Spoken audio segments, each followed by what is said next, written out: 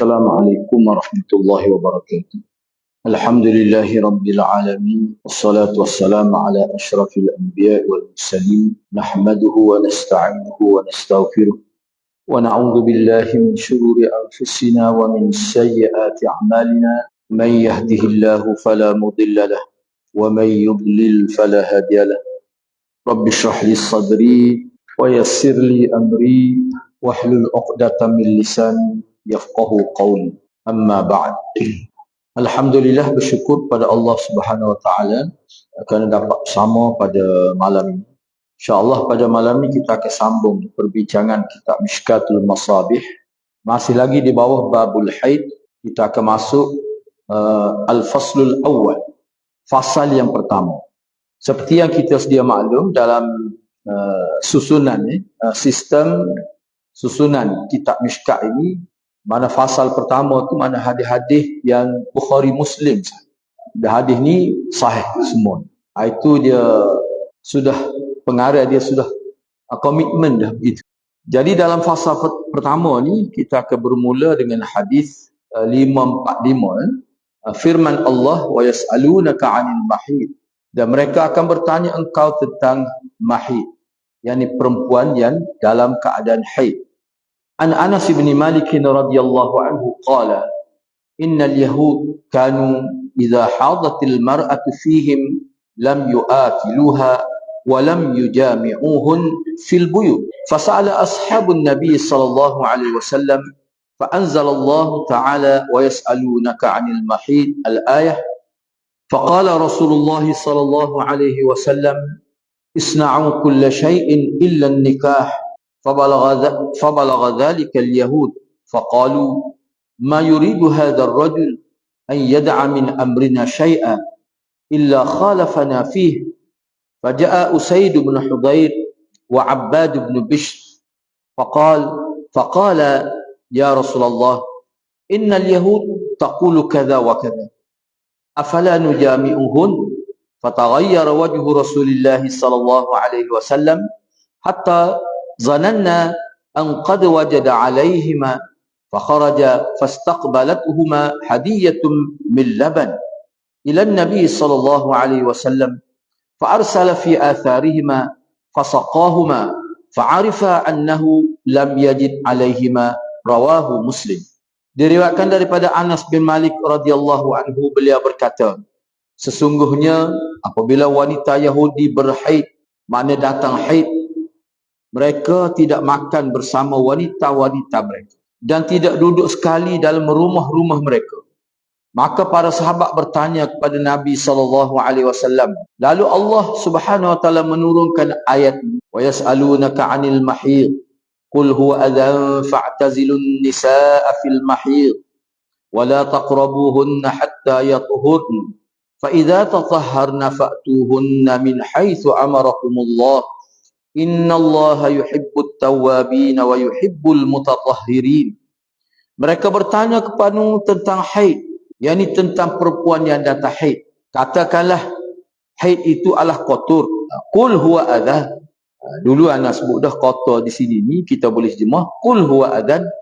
Katakanlah bahawa haid itu menyakitkan, boleh menimbulkan penyakit kalau tidak dijaga, sebab dia itu kotor.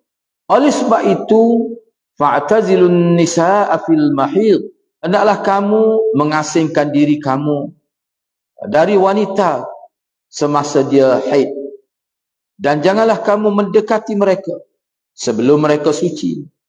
Apabila mereka telah suci, maka campurilah mereka itu di tempat yang diperintahkan oleh Allah kepadamu.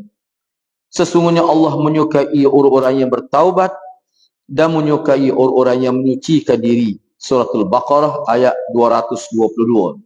Lalu baginda bersabda, buatlah apa saja, maknanya bergaullah dengan isterimu seperti biasa, illan nikah, kecuali nikah. Nikah sini bermakna jima', kecuali persetubuhan. Jadi kenyataan Nabi ini telah sampai ke pengetahuan orang Yahudi. Maka mereka berkata, dia kata orang ini tidak meninggalkan apa-apa urusan. Orang ini tidak meninggalkan apa-apa urusan kita. melainkan dia akan menyalahi kita. Oh, semua yang kita buat ni dia tak akan buat gitu. Dia akan menyalahi semua perbuatan kita. Dia ni. Tu bahasa nak marah tu. Bahasa dia guna tu bahasa nyekik. Kalau kata-kata. Oh, dia ni. Semua yang kita buat dia tak serupa dengan dia. Jadi tak serupa.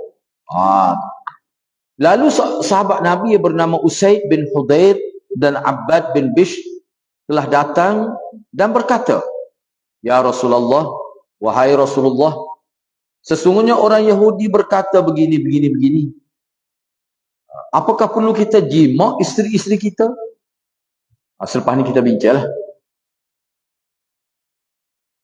Maka telah berubah wajah Rasulullah sallallahu alaihi wasallam sehingga kami menyangka bahawa Rasulullah memarahi mereka. Kami itu perawi tu.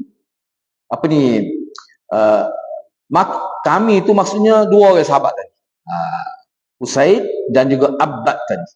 Kami ingat ke Rasulullah marah kepada kami. Sehingga kami sangka Rasulullah ni nampaknya memarahi kami. Baik, kata perawi ni. Lalu mereka berdua pun keluar. Tu perawi lah sebut tu. Tiba-tiba, fastaqbalatuhuma. Tiba-tiba datang kepada Nabi hadiah berupa susu. Itu maksudnya. Jadi dia gini sebenarnya. Fastaqbalatuhuma hadiah tu. Masa dia nak klik tu dia selisih dengan orang bawa susu tu. Itu mana istiqbal. Dia tahu ada Nabi, ada orang bawa susu ni nak hadiah pada Nabi lah. Susu segar. Selisih, istiqbal selisih. Lalu Rasulullah sallallahu alaihi wasallam telah mengutuskan seorang lelaki untuk memanggil mereka. Sebut mereka ni maknanya hak cerita ni perawi ni, bukan dua orang tu. Lalu Rasulullah hantar utusan seorang lelaki untuk panggil mereka berdua. Panggil mari semulalah jumpa Nabi. Lalu baginda sallallahu alaihi wasallam memberi minum kepada mereka susu tadilah. Oleh kerana itu mereka berdua tahulah bahawa Rasulullah tak marah pada mereka. Tengok aku marah sebab nampak berubah muka. Baik. Dalam hadis ni ada beberapa perkara. Pertama sekali Rasulullah sallallahu alaihi wasallam sebut kita baca dulu sini lepas tu cuba tengok penerangan hadis. Orang Yahudi dulu bila wanita mereka datang haid, khususnya isteri lah, mereka tidak akan makan sekali bersama wanita. Isteri ke anak perempuan ke tak. Dalam setengah riwayat sebut duduk dalam satu rumah juga, cuma bilik lain-lain, meja makan pun lain-lain. Dia tak makan sekali. Tak pernah masuk beli kedai gitu. Beli kedai tu anak tambah tu tak ada ayat, tapi maknanya tak masuk makan suku-suku lah maksudnya ni. Bahkan teruk lagi tidak tinggal serumah pada. Kadang-kadang dia suruh klik rumah tu tua, dia balik sampai begitu sekali. Manakala ni ada disebutlah dalam kitab, manakala orang-orang Nasrani pula melampaui batas pula. Tak cara dah isteri dalam keadaan haid ke tidak haid. Dia buat sebuah skala. Dia tetap juga melakukan hubungan badan dengan isteri dia. Tu pula ni. Jadi jauh tu beza tu. Pak ni apa ekstrim sangat pula. Pak ni nak tak ada peraturan langsung lah pula dia. Itu yang berlaku. Jadi para ulama telah sepakat mengenai keharaman jima dengan wanita haid. Ni sepakat, tak ada khilaf di kalangan ulama. Dosa besar. Sehingga akan sebagian ulama menjatuhkan hukum kufur kepada mereka yang jima isteri mereka semasa haid. Tetapi jumhur tidak menganggap kufur, bahkan berdosa besar dan wajib bertaubat. Dan mereka jadi kufur kalau mereka menghalalkan perbuatan. Itu baru jadi kufur. Itu mengikut jumhur ulama. Para ulama juga berselisih pendapat mengenai hukum denda kepada mereka yang jima isteri ketika dalam haid. Selain daripada jima, suami boleh beristimta' dengan isteri ketika haid tetapi dalam keadaan berlapik. Denda ni maksud ni dia tidak termasuk dalam hukum hudud ni, termasuk dalam ta'zir. Ta'zir mana pihak kerajaan boleh tentukan lah. Katakanlah isteri dia report, isteri dia report kata suami dia sama. Mana ketika haid, kalau isteri dia report jadi kes mahkamah, atas kajian nak tentu boleh dipenjara ke dia masuk ta'zir sebab dia ni tidak termasuk hukum hudud. Cuma di sini dalam hadis ni disebut bahawa suami boleh bermesra dengan isteri ketika haid tetapi dalam keadaan berlapik. Kena ingatlah berlapik di sini ni takut salah faham. Lama cium bini lapikkan sapu tangan. Dia tak faham lepel. Tidak gitu maksudnya. Berlapik ni maknanya semasa dia nak istimtak itu, bersedap-sedapan. Ni anak terjemah bahasa kita lama lah, bersedap-sedapan dengan isteri itu, dia kena tutup bahagian kemaluan tu.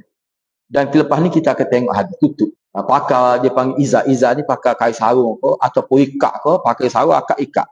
Kalau dalam mazhab Syafi'i dia kata hak moleknya daripada pohon ke pusat tu biar pakai seluar ke, isyarat kepada kawasan tu kawasan larangan termasuk dalam hukum Allah Subhanahu Wa Taala. Kalau ceroboh berdosa besar. Tak kira lagi penyakit kelamin yang boleh berlaku kesal daripada haid. Mengikut kajian doktor. Baik, itu maksud berlapik tu jangan silap faham. Sebab dia ada beberapa tempat tu kita boleh silap faham dalam huraian dia. Jadi pendapat ulama Imam Ahmad rahimahullah, dia kata harus, makna suami isteri itu bergurau senda dengan isteri dia dari segi menikmati hubungan suami isteri, kecuali pada bahagian faras di sini ni maksudnya kemaluan hadapan. Sebab kita kata kemaluan belakang ni, minta maaf lah sebut kan, kemaluan belakang dubur itu hak tu bila-bila pun tak boleh. Dulu Syekhul Azhar Syekh Shaltut pernah sebut dalam kitabnya. Ni isu bila timbul Syiah kan, dalam fiqh Syiah dia boleh maknanya liwat isteri. Kalau isteri benar lah, syaratnya kena minta izin isteri. Apa kata Syekh Shaltut, Syekhul Azhar dulu? Dia kata tak mungkin agama yang datang daripada Allah. Tak mungkin. Sampai kiamat tak mungkin. Agama yang datang daripada Tuhan Rabbul Jalil menghalalkan perbuatan. Tak mungkin. Sampai bila-bila. Tak mungkin. Tapi Syiah mungkin. Dan ada pun berlaku di Malaysia kita sampai berlaku perceraian. Ustaz Nasir yang uruh kini. Di Perak. Gitulah bila kena ajar saling. Baik. Jadi alasan Imam Ahmad adalah hadis ini. Hadis isna'u kulla syai' illa nikah, hadis riwayat Muslim. Nabi kata kamu lakukanlah apa saja kepada isteri kamu seperti biasalah, nak cium ke, nak peluk ke, illa nikah, kecuali persetubuhan tak boleh. Tujuan supaya tutup kain tu, tutup di bahagian kemaluan pohon ke pusat tu dalam konteks mazhab Syafi'i. Kalau setengah mazhab lain dia kata minta maaf lah sebut apa terang. Mana kalau pakai seluar dalam, kalau setengah maknanya pohon tu boleh lagi. Mana kita menikmati atas dasar suami isteri. Cuma hak tak boleh betul-betul sebenarnya jimuk ya. Jimuk. Hak tu tak boleh. Apa tu? Hak tu selain daripada kita ikut perintah Tuhan, sebalik perintah Tuhan, dia ada risiko yang berat. Kalau seseorang itu ceroboh ketentuan Allah. Dulu anak sebut dah ke cerita ni, anak pun tidak baca sendiri ni, hak malah anak sebut lah.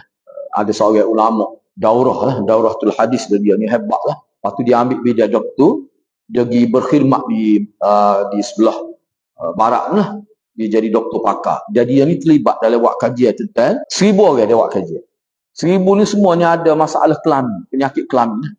Sipilis dan sebagainya, rosak kemaluan, kita kata berlaku kanser di bahagian faras. Dari 1000 dia interview tu, dia bukukan perkara ni. Dia kata jumlah melebihi 50% lah. Jumlah yang tinggi tidak isilah kan. Kerana setubuh isteri ketika haid, dia boleh rosak setengah tu sampai putus kemaluan. Kesal dia. Sebab apa? Betul lah. Cuba kita tengok semula ayat kan. Ayat Quran ni bila Allah sebut tu dia ada kebaikan tu manusia. Cuba tengok. Wa yas'alunaka 'anil mahid. Mereka tanya engkau tentang haid, tentang perempuan haid. Katakanlah Muhammad huwa adhan. Mana haid tu yang berlaku kepada setiap perempuan tu kecuali 5% saja. Anak tanya doktor. Ada doktor sebut kerana tu dia kata 5% perempuan tak ada haid sampai mati. 5% saja. Maknanya 90% semuanya berhaid. Baik, tak apalah.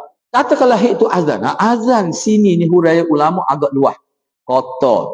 Lepas tu dia ni menyakitkan. Jadi kata doktor tu, dalam hak nak sebut sana, hak malam sebut, anak tak baca sendiri buku ni. Dibuat kajian darah haid tu masuk dalam ma'amah. Darah haid ni, betul lah azan tu, dia menyakitkan sebab orang panggil darah tu sendiri secara zat dia tu, dia ada unsur-unsur yang tajam, dia disebut tajam. Mana boleh menyebabkan berlaku rosak saraf-saraf kemaluan tu. Jadi betul lah bila Allah kata jangan melakukan pada waktu. Sebab apa? Sebab perempuan itu adalah proses nak buat sesuatu yang tak perlu pada tubuh dia. Jadi kalau berlaku juga, dia boleh ada risiko besar. Sebab tu kita Islam kita yakin bila Allah tak benar, di situ ada kebaikan dia. Kalau kita ceroboh, akan berlakulah keburukan di situ. Selain daripada Imam Ahmad, dia panggil A'immah Salasah sini, maknanya Imam Syafi'i, Imam Abu Hanifah dan juga Imam Malik. Mereka mengatakan harus istimta' ma'afauqal izar. Dalam keadaan kita tutup, anda terjemuh supaya mudah, dalam keadaan tutup kemaluan tu, pakai seluar tu, pakai kain ke, sebab kalau dalam riwayat lain, kalau pakai kain sarung tu Nabi suruh kat kemah tu. Itu semua tu isyarat-isyarat supaya jangan ceroboh kawasan tu. Sebab itu larangan Allah Subhanahu Wa Taala. Kalau buat juga, selain pada dosa besar, dia boleh risiko pada fizikal.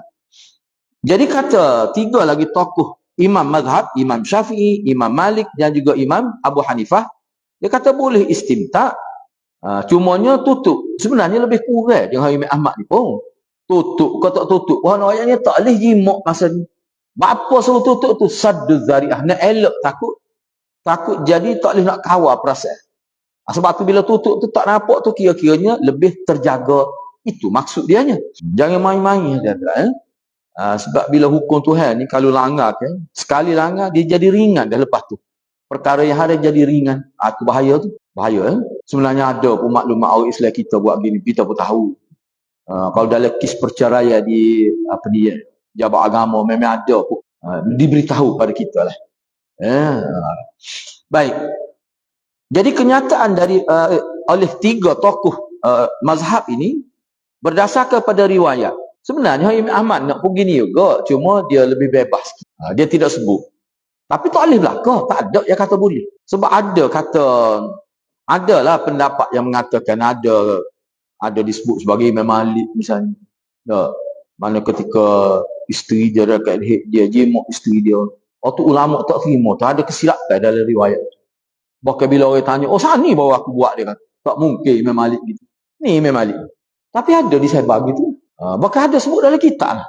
Anda pernah tanya tu guru kita malam masa ngaji tu? Dia kata tak ada sahabat pakai. Imam Malik tak akan gitu. Maknanya pendapat tu ada masalah. Tak tahu takut berlaku susupan. Ada orang masuk tu, fakta tu. Tak mungkin Imam Malik. Tak mungkin. Imam Daril Hijrah. Imam Malik seorang yang sangat jaga ni. Ni termasuk Imam Malik ni.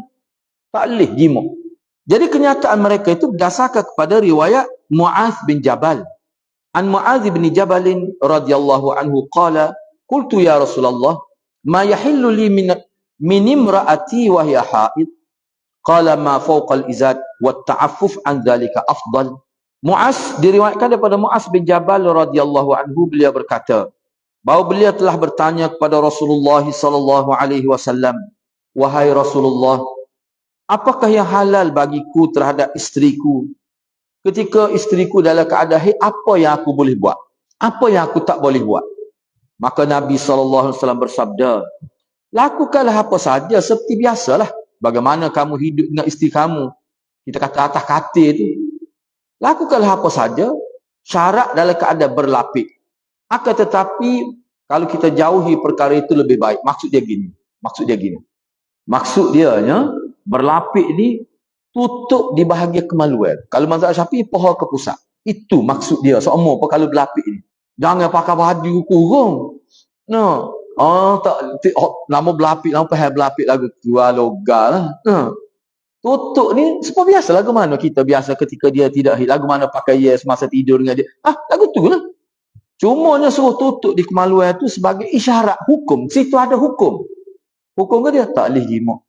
Jadi sebab cuma Nabi kata menjauhi tempat itu lebih afdal. Mana kalau boleh, kalau nak bergurau, nak setuh, nak cium pun, biar jangan terlalu dekat dengan kawasan itu. Itu yang dimaksudkan sebenarnya. Apa tu? Takut syaitan ganggu. Sebab tu kalau orang Islam yang betul-betul beramal dengan sunnah, masuk dalam bilik pun ada baca doa, insya-Allah syaitan tak ganggu.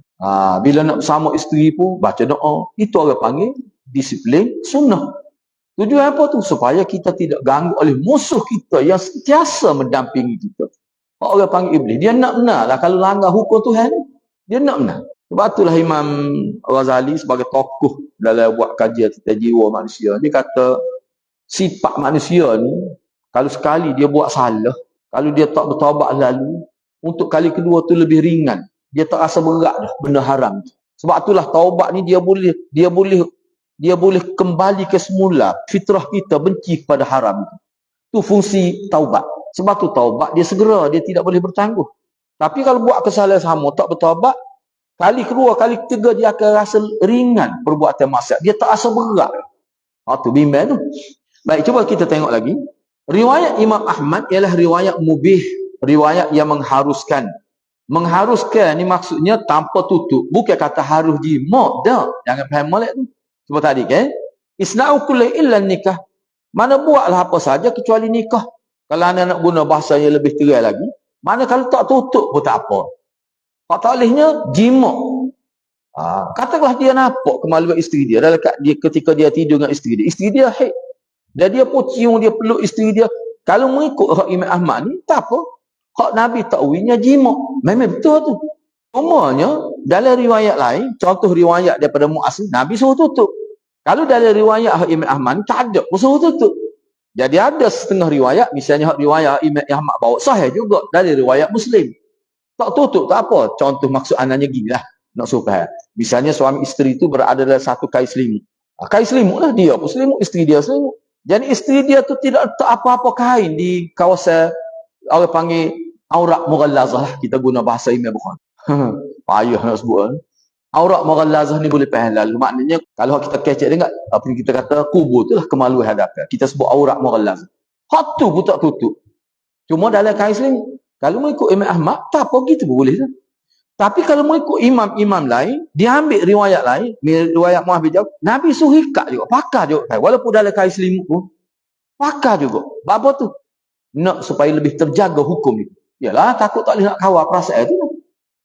Tu bimbang takut jadi gitu.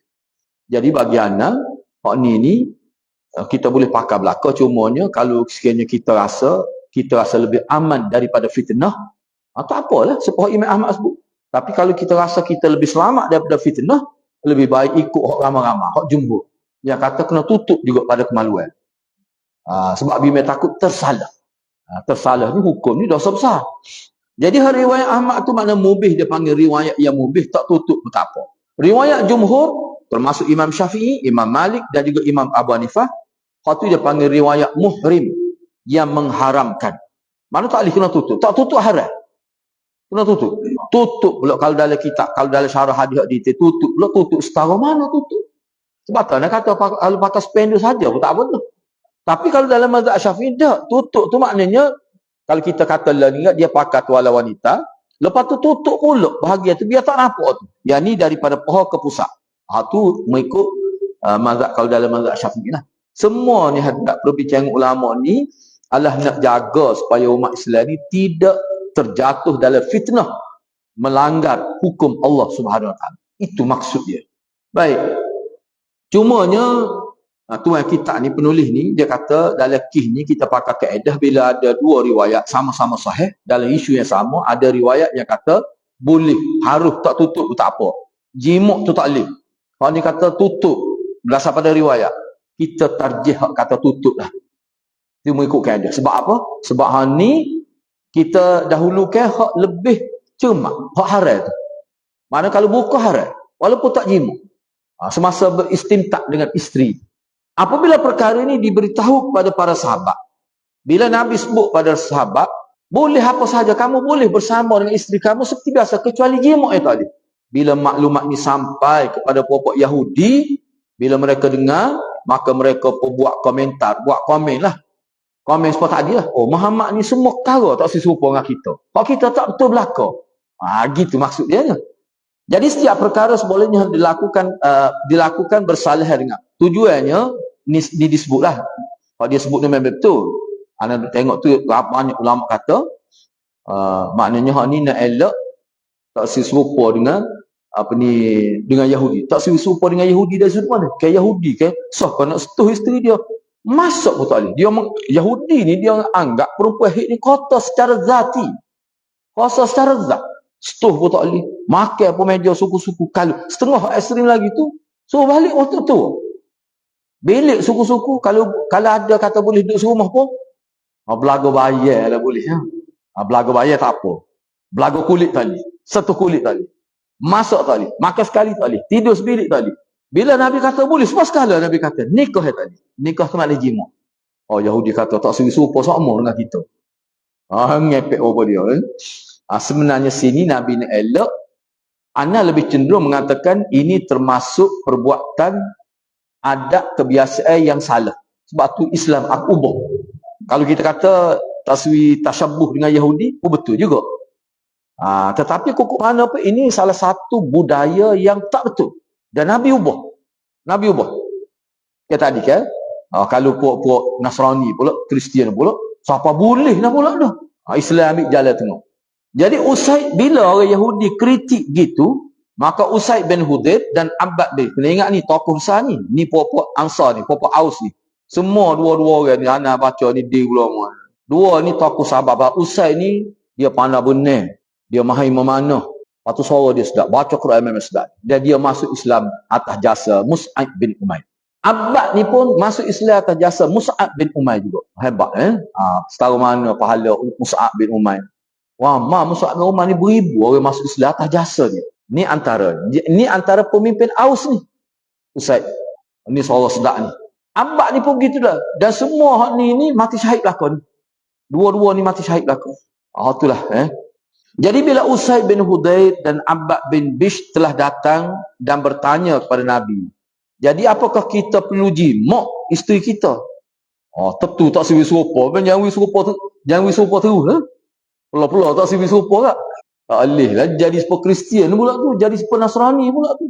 Bila dia kata gitu, kita rakyat boleh belaka jimak, tak boleh dia ngepek lagi. Kalau gitu kita jimak lah lagu mana? Nyatanya Nabi gitu. Untuk menyalahi secara total perbuatan Yahudi. Jadi ada sahabat berpendapat untuk jimak isteri dengan maksud supaya kita betul-betul bersalah, tak serupa dengan Yahudi. Ada juga sebahagian sahabat berpendapat untuk meninggalkan terus isteri agar bersamaan dengan Yahudi untuk atas maksud nak dakwah mereka. Nak supaya kita boleh rapat dengan mereka tu, kita ikut bab ni, biar serupa dengan dia. Moga kita nak dakwah dia ni kan. Kedua-dua pandangan ini tidak disukai oleh Nabi SAW. Sehingga tak suka Nabi itu terzahir pada wajah Nabi. Sehingga Usaid dengan Abbad sani rasa, kau Nabi marah. Dia pun tubik tinggalkan Nabi marah. Lepas tu masa tubik dia selisih dengan orang bawa susu. Nak giwi per Nabi. Lepas tu ada orang mari. Nabi panggil semula. Dua orang. Gigi tu jamu susu. Lega. Rupanya Nabi tak marah. Nabi tak marah. Gitulah Baik, tak apalah. Dia hak ni hak lepas ni pun ada, lepas ni kita bincang lepas ni lah, hadis-hadis lepas ni dia banyak juga maklumat yang kita boleh faham daripada hadis ni dalam hadis lepas ni. Kita terus baca hadis. Kalau kita huraf pun jadi bulan lepas ni ada pula. Hak isu berlapik tadilah, isu berlapik dalam lagu mana. Sebab dalam kitab ni dia sebut ni bab berlapik ni takut jadi salah faham. Selepas ni ada. Okay, kita baca hadis seterusnya. Hadis yang ke-546, mandi bersama suami isteri dalam satu bekah. Yang mana dalam keadaan isterinya berjunub. Ini berlaku pada Nabi sendiri. Di Madinah ni, tua dah ni. Nabi tua dah ni. Umur kat dengan Nabi. Nabi mandi bersama Aisyah. Bersama isteri dia lah. Nabi gitu, mesra. Bahkan kalau kita tengok dalam syarah, Nabi pegang isteri, Nabi gosok. Kalau Nabi peluk masa mandi. Tua dah ni. Jadi tua-tua pun boleh buat. Gini tak ada masalah. Dia kata, Mama kalau nak start lah ni tak ada buat. Nabi ni kata buat tapi nak mati dah itu ni. Tak sah kat syurga kita tak sah. Buat sabuk buruk tak pasal. Kita nak senang bukan nak sabuk buruk tak. Mana klik-klik ajak mandi sekali. Aneh pula sudah molek tak tua lagi. Dia tua ni tak boleh, dia sensitif jangan Facebook lah. Okey. Boleh Boleh lagi lah aneh pula. Okey lagi ni. Betul-betul Dan sebenarnya kalau kita tengok kan Nabi kan tak. Apa yang berlaku ketika Nabi muda dengan isteri dia, benda tu berlaku terus apa pun. Lepas tu kita tengok dalam riwayat. Sebab tu guru Anas di malam kita ngaji, dia kata kalau kita tengok Nabi ni, dia tidak berlaku dalam kehidupan setengah kita. Bila semakin tua tu, kadang-kadang tidur dengan cucu tu. Tak tidur untuk lelaki nyanyi kau itu. Siapa kerah bulu rama sejuk ni? Tak betul lah, tak kena. Tidak sunnah lagu tu. Tak sunnah. Apa nak tidur dengan cucu? Ya, mati. Tak boleh. Tak apa tepat tu Baik, cuba kita tengok sini. Ni mesra Nabi. Ni bukan Aisyah saja ni. Bukan. Isteri Nabi lain pun gini kok. Wa an Aisyah radhiyallahu anha qalat kuntu aghtasilu ana wan nabi sallallahu alaihi wasallam min ina'in wahid wa kilana junubun wa kana ya'muruni fa attaziru fayubashiruni wa ana haidun wa kana yukhriju ra'sahu ilayya wa huwa mu'takifun fa aghsiluhu wa ana haidun, muttafaqun alaih. Diriwayatkan daripada Aisyah radhiyallahu anha, beliau berkata, pernah aku mandi bersama Rasulullah sallallahu alaihi wasallam daripada satu bekas. Maknanya mandi junub. Mandi junub lah. Mana mandi junub. Yang mana pada waktu ni Aisyah ni dalam keadaan haid. Gitu cerita dia. Jadi kata Aisyah, pernah aku mandi bersama Rasulullah sallallahu alaihi wasallam dalam satu bekas. Maknanya mandi junub dalam keadaan Aisyah ni haid, satu bekas. Jadi bekas ni ulama sebut dalam hadis lain ada bekas ni bekas kecil lah. Bukan besin besar tidak. Jadi dalam riwayat lain sebut syaitan besar. Jadi berebut ambil syaitan. Kadang-kadang Nabi guna tangan dia. Atas air tu, air besar. Makna mandi tu air mengecik masuk, tu dia ada hukum, kita bincang kemudian dalam bab dia akan. Tak ada istilah musta'mal di sini. Tak ada dalam konteks ni. Jadi kata Aisyah lagi, masa mandi ni Nabi suruh aku, masa nak mandi lah, Nabi suruh aku bukan memakai pakaian ni sebenarnya. Kalau nak terjemah ya'muruni fa'attazu, Nabi suruh aku tutup. Dia panggil izar. Izar ni kalau kita orang jantan, orang lelaki ni kain ihram kan ada dua. Hak ikat pinggan ni, hak tu dia panggil izar. Kita panggil kain sarung. Hak tu dia izar, dia duduk bawah. Hak duduk atas ni dia panggil rida. Itu dalam istilah dia. Jadi hak ni sebab dia sebut fa'attaziru. Nabi suruh aku tutup. Maknanya pakai kain sehel lah. Untuk bahagian bawah ni. Sebab dia dalam keadaan haid. Nabi pun buat gitu. Jadi Nabi tak suruh atas ni. Jadi maknanya mandi dalam keadaan sesuai dengan mandi lah. Cuma Nabi suruh aku tutup. Dia kata begitu. Kemudian kata Aisyah, ni Aisyah rayak ni dia penting lah. Aisyah kena rayak sebab ni hukum. Tak payahlah kita rayak, kita begitu juga. Tak payah. Pakai hak ni pada dah untuk hukum ni. Tak payah rayak kita. Kalau kita rayak jadi jatuh maruah. Kita cerita keadaan kita dengan isteri kita ni tak jadi hukum sebab hukum ada dah. Kalau cerita juga itu menjatuhkan maruah. Dia panggil gong peringkat tinggi. Kalau duduk cerita lagu tu. Ada orang yang kurang ajar. Kecek benda-benda gitu. Nampak sangat tak terdidik dengan cara wahyu. Lalu baginda telah menyentuh kulitku dengan fayubashiruni. Itu mani. Itu boleh jadi Nabi peluk dia. Boleh Nabi gosok dia. Mana sentuh kulit Nabi dengan kulit dia. Ketika dia haid. Masa mandi. Teras. Sedangkan aku pada waktu tu dalam keadaan haid. Pernah juga. Dalam cerita lain. Dalam kisah lain. Pernah baginda hulur kepala dia kepadaku. Yang mana pada waktu ni Nabi sedang beriktikaf dalam masjid pada 10 hari Ramadan. Lalu aku basuh kepala Nabi. Sedangkan aku dalam keadaan haid. Sebab Nabi kan 10 hari dia tak tubik. Bila dia rasa gatal kepala, dia minta Aisyah cuci kepala dia. Dia holok kepala ku, pitu. Khawkhah, dia panggil khawkhah. Pitu kecil, holok kepala. Tubuh Nabi di dalam masjid. Kepala Nabi masuk dalam bilik Aisyah. Aisyah pun cuci. Sepas-sepas lah dia cuci kepala, cuci. Itu Aisyah cerita. Masa ni aku haid, Nabi berada dalam masjid sedang beriktikaf. Baik. Kita perhabis ni. Cuba kita tengok. Hadis ini menunjukkan harus suami isteri mandi bersama semasa junub. Ini kerana mungkin ada orang berfikir bahawa tidak harus untuk melakukan. Tak apa. Kena ingat adalah asah dia dah kita bicara ni. Jimuk dia tadi. Hak asah dia. Duduk situ. Kita nak buat lagu mana dengan isteri kita tak apa. Itu maksud fasna'u kulla syai' illa nikah. Kalau riwayat daripada dalam Muslim tadi. Jadi dia mandi itu mandi biasa lah. Dia Nabi itu mandi junub. Mungkin dia junub dengan isteri lain lah. Kalau junub ni kadang mimpi boleh jadi. Banyak sebab lah. Tu. Hak nak ayat sini maknanya bila dia dalam keadaan junub tu hubungan kalau kita nak tahu lagu mana hubungan suami isteri dalam keadaan isteri junub. Ni mesra tak ada tak ada orang panggil tak ada jadi orang panggil apa ada sekatan pun tak ada. Muka hak tak boleh ni berjimuk. Tu dia nak tekannya. Sini ada masalah sikitnya takut silap faham. Hak bawah tu. Lepas tu dia cedok air daripada satu bekas tu. Kadang-kadang berebut ceton dalam riwayat lain. Sampai Aisyah kata, tinggal kita sikit air tu. Sampai gitu mesranya.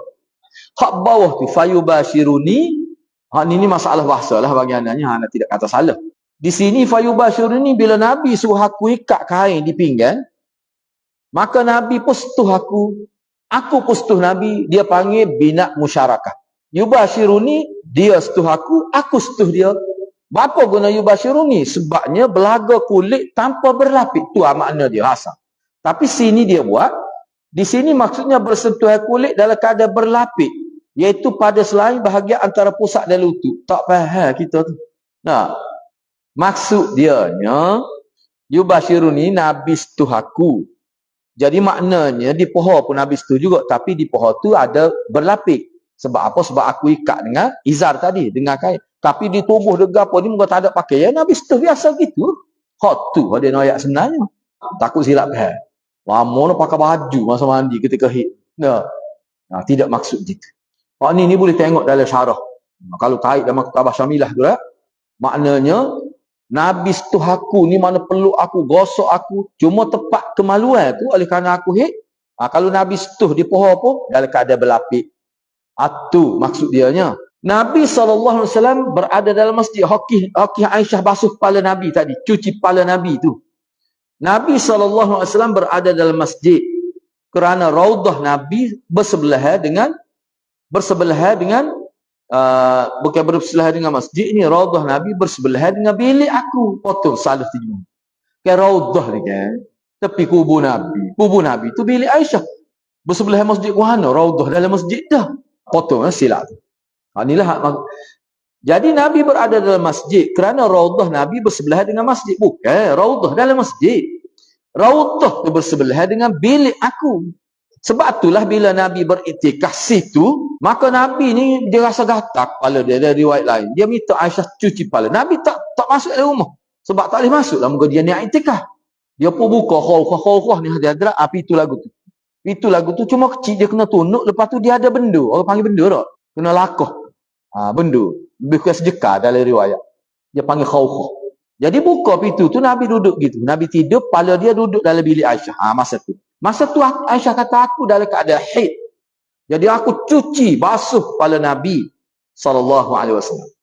Hak ni istimbat kesimpulan yang dibuat oleh ulama, mana kita boleh berkhidmat pada isteri kita, pada suami kita dalam keadaan kita haid, tak apa. Sebab apa? Perempuan ni tidak najis ketika haid.